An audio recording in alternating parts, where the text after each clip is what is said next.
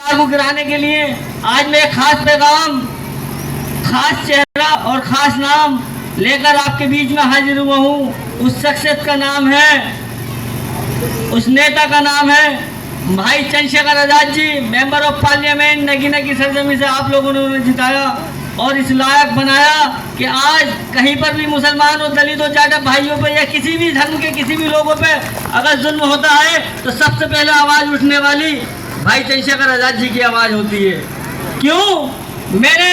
77 साल देश को आज़ाद हुआ हो गए, किसी भी पार्टी का कोई भी राष्ट्रीय अध्यक्ष जो हिंदू पार्टी है या सामाजिक पार्टी है या समाजवादी पार्टी है या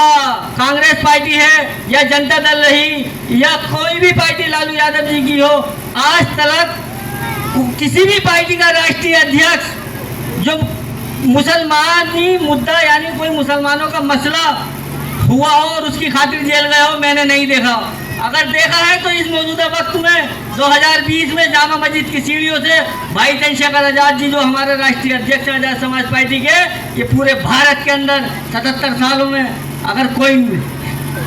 इस दूसरे समाज से मुसलमानों के एनआरसी के मुद्दे पे जेल गया है तो वो चंद्रशेखर आजाद है। बताइए आज तक कोई गए हो, आपने देखा हो कभी मुलायम सिंह यादव या राहुल गांधी या लालू यादव, ममता बनर्जी या जनता दल,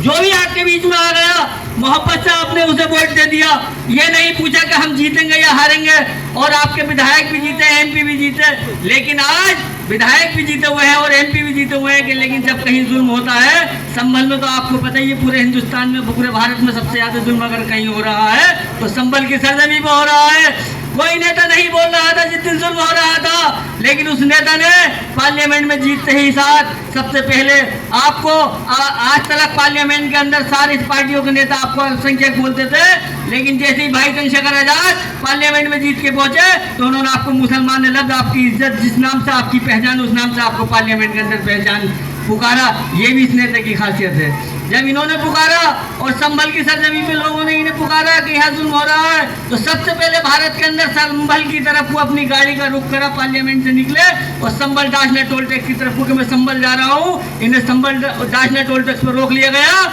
जब रोक लिया गया तो अगले दिन को इन्हें देख के सारे नेता वो भी चलो संभल, चलो संभल। ऐसे नेता का साथ देना चाहिए कि जिसे देख के सारी पार्टियों के राष्ट्रीय अध्यक्ष जमीन पर आ गए।